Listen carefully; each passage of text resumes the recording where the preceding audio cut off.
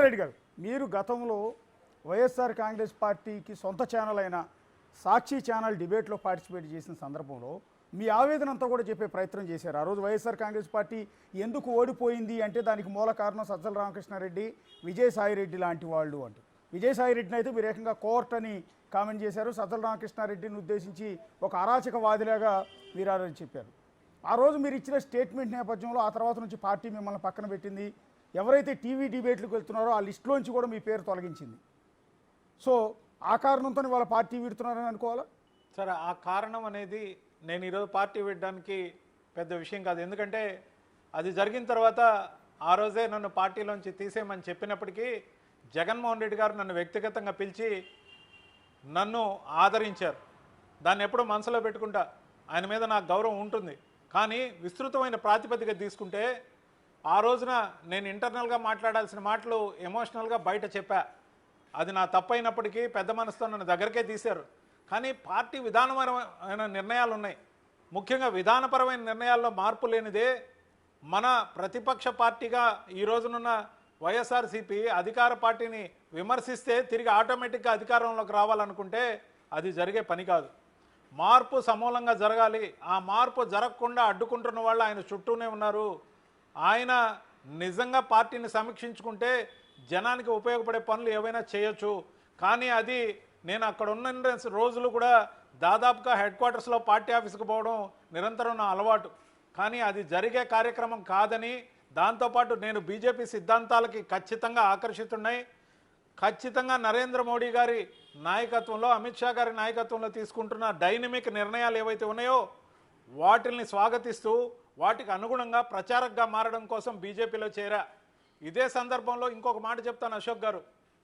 ఈ రోజున ఎవరవునన్నా కాదన్నా ప్రజలు ఏ పార్టీని గెలిపిస్తారో ఆ పార్టీలే 5 సంవత్సరాలు అధికారంలో ఉంటాయి.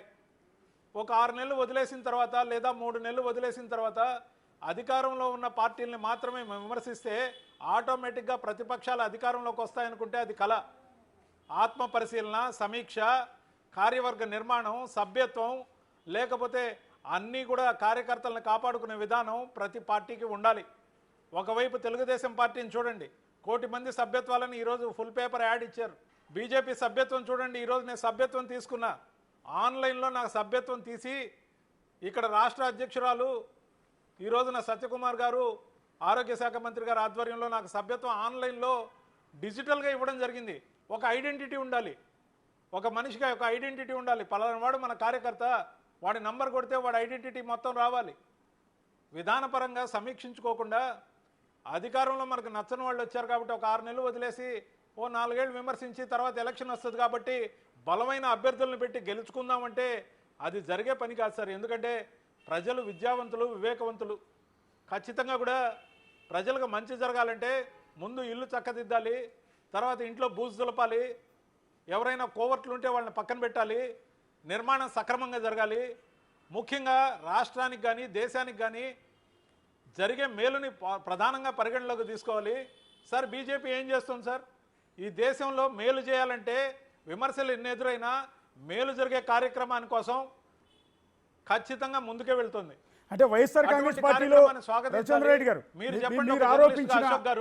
మీరు ఆరోపించిన వైఎస్ఆర్ కాంగ్రెస్ పార్టీలో ఉన్న దులపాల్సిన ఆ బూజు, వదిలించాల్సిన ఆ కోవర్టులు ఎవరు నిర్మోహమాటంగా చెప్పలేరా? నేను ఎందుకు చెప్పాలి సార్? నేను పార్టీ వదిలొచ్చాను, పార్టీలో ఉన్న రోజులు చెప్తూ వచ్చాను. పార్టీలో అనేక వేదికల మీద బహిరంగంగా చెప్పి నా మెడకి ఉచ్చు పడుతుందని తెలిసినా చెప్పాను, తెగించి చెప్పాను. పార్టీలో నా భవిష్యత్తు ఏమవుద్ది అనుకున్న రోజు కూడా భయం లేకుండా చెప్పాను. ఇది నా స్వయం నిర్ణయం.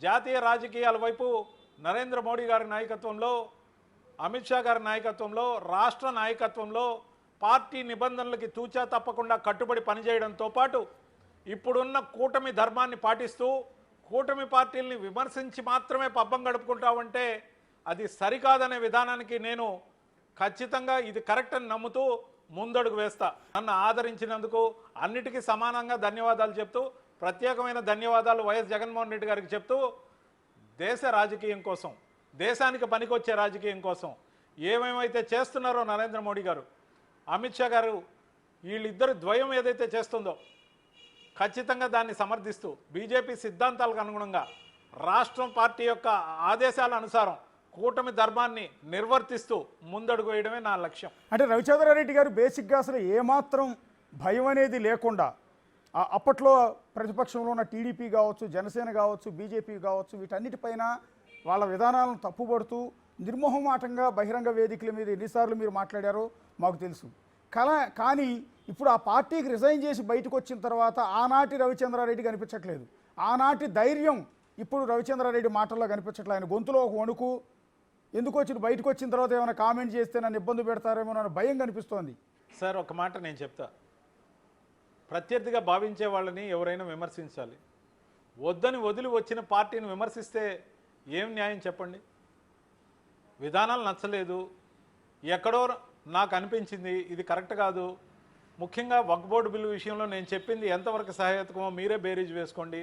మొన్నటికి మొన్న ఇప్పుడు వరకు ఈ దేశంలో, మొన్న కర్ణాటకలో, ఈ మధ్య ఢిల్లీలో, మొన్నటి రోజున హైదరాబాద్లో, అంతకుముందు కేరళలో ఎన్నో హిందూ దేవాలయాలతో పాటు అనేక ప్రార్థనా స్థలాలతో పాటు ముఖ్యంగా రైతుల పొలాలతో పాటు, సార్ ఇది ఎక్కడ న్యాయం సార్?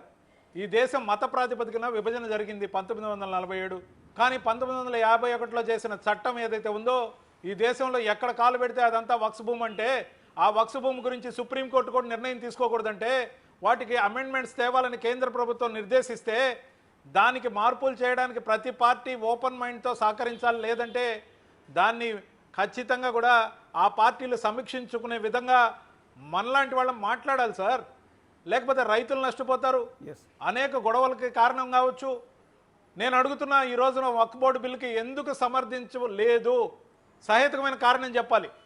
ఈ రోజున ఎవరైతే సమర్థించరో, అది వైఎస్ఆర్సీపీ కావచ్చు, మరి ఎవరైనా కావచ్చు, వక్ఫ్ బోర్డు బిల్లుని సమర్థించిన వాళ్ళు, అమెండ్మెంట్ని సమర్థించిన వాళ్ళు, ముఖ్యంగా మత ప్రాతిపదికన ఓట్లు వేయించుకుందామనే కదా.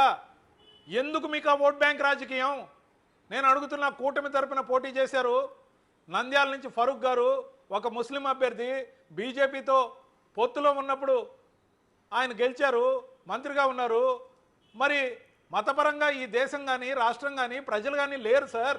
మన రాజకీయ పార్టీల మైండ్ సెట్ మారాలంటున్నా నేను.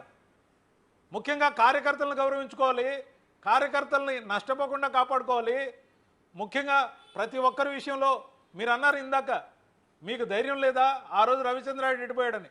సార్ ఈ రోజు వరకు చెప్తున్నా, నా మీద ఈరోజు ఒక్క కేసు లేదు. కేసులుండే వాళ్ళు బెంబేలెత్తి ఆ పార్టీ ఈ పార్టీ చూసుండొచ్చు. నేను ఒక్క రూపాయి అవినీతి చేయలేదు, నా మీద ఒక్క కేసు లేదు. కానీ నేను ఈరోజు పార్టీ మారడానికి కారణం ఏంటి?